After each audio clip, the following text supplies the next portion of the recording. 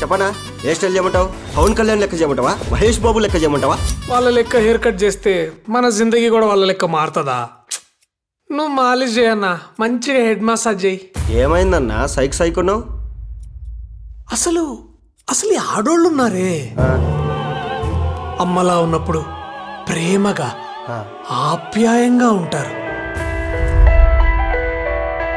ఎదవే పలికిన మాటల్లోనే తీయని మాటే అమ్మా, కదిలే దేవత అమ్మా.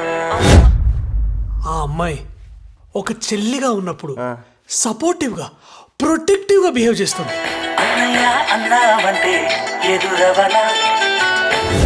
అదే పిల్ల ఒక లవర్ గా ఉన్నప్పుడు క్యూట్ గా పబ్లీగా మనల్ని ఎంత అండర్స్టాండింగ్ చేసుకుంటారంటే మెల్లగా కరగని రెండు మనసుల దూరం చల్లగా.